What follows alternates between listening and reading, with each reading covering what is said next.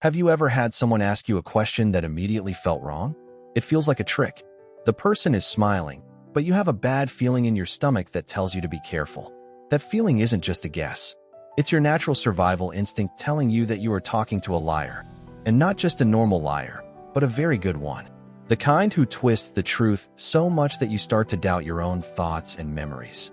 But here's the important part. These liars don't only lie by telling stories. They also lie by asking questions. They ask things that seem simple and harmless. But these questions are actually tests to confuse you and control the conversation.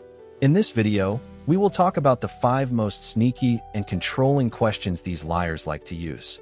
If you can learn to see these questions coming, you can protect yourself. You will save your time, your energy, your self-respect, and sometimes even your money. It doesn't matter who is asking, a fake friend, a bad ex-partner, a dishonest boss, or a strange person on a dating app. Some questions are giant warning signs. This video isn't about making you scared of everyone. It's about giving you clear understanding. When you know what these tricks look like, you won't be fooled by them. Here is what we will learn today. The specific questions liars use to turn the situation around on you.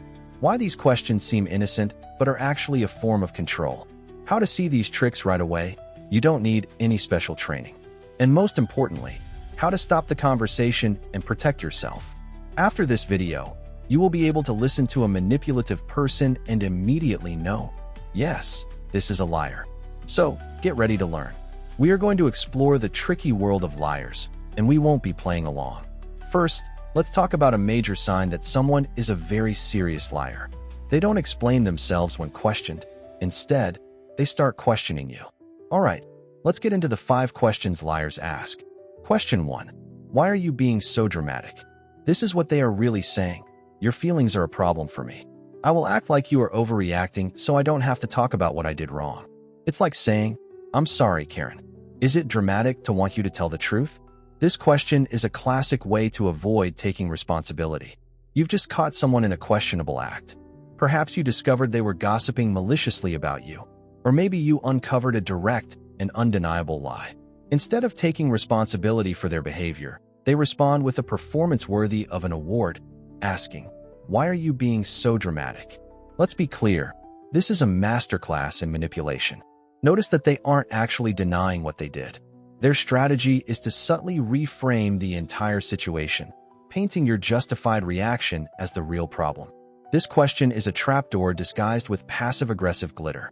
The moment you take the bait and start defending your emotional response, instead of holding them accountable for their initial action, they have already won. You have willingly entered their circus. Their next move is predictable. They'll say, oh no, I didn't lie. You just misunderstood. To which you must internally reply, no, I understood perfectly. Here is the fundamental truth. Liars use this question to discredit and invalidate your emotions, creating a smokescreen that allows them to avoid facing their own actions. The issue was never about drama. It is, and always was, about their desperate attempt to evade accountability.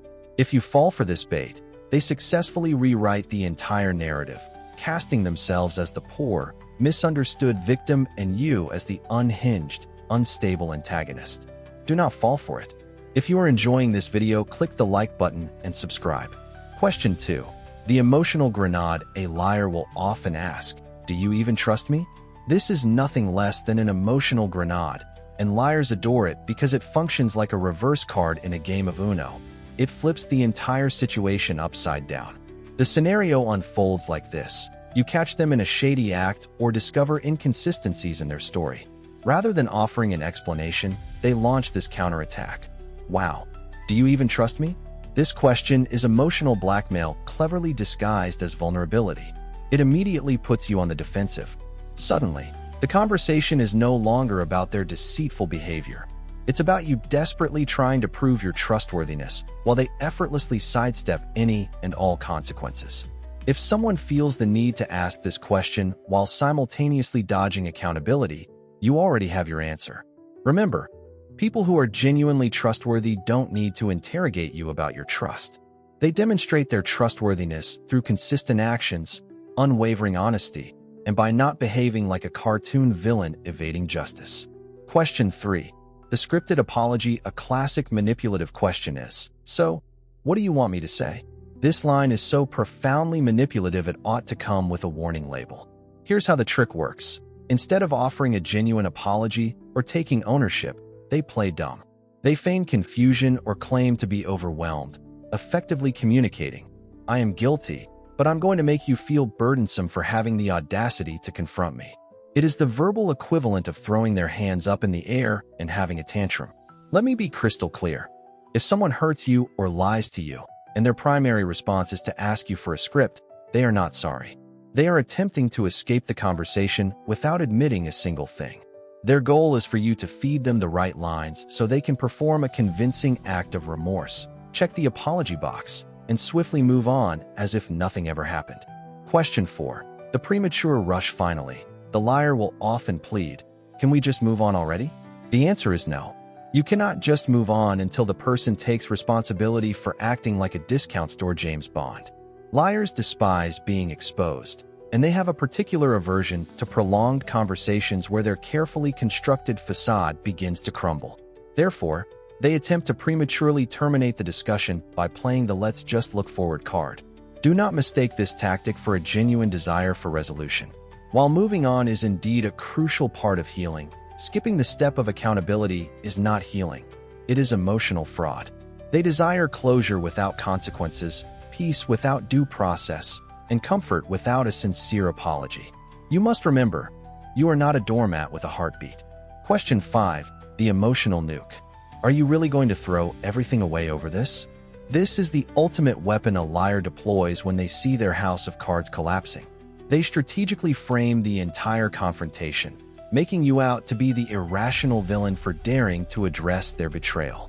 They often deliver this line with practiced tears or feigned panic, masterfully twisting the situation to make it seem like you are the one destroying the relationship. But don't be fooled.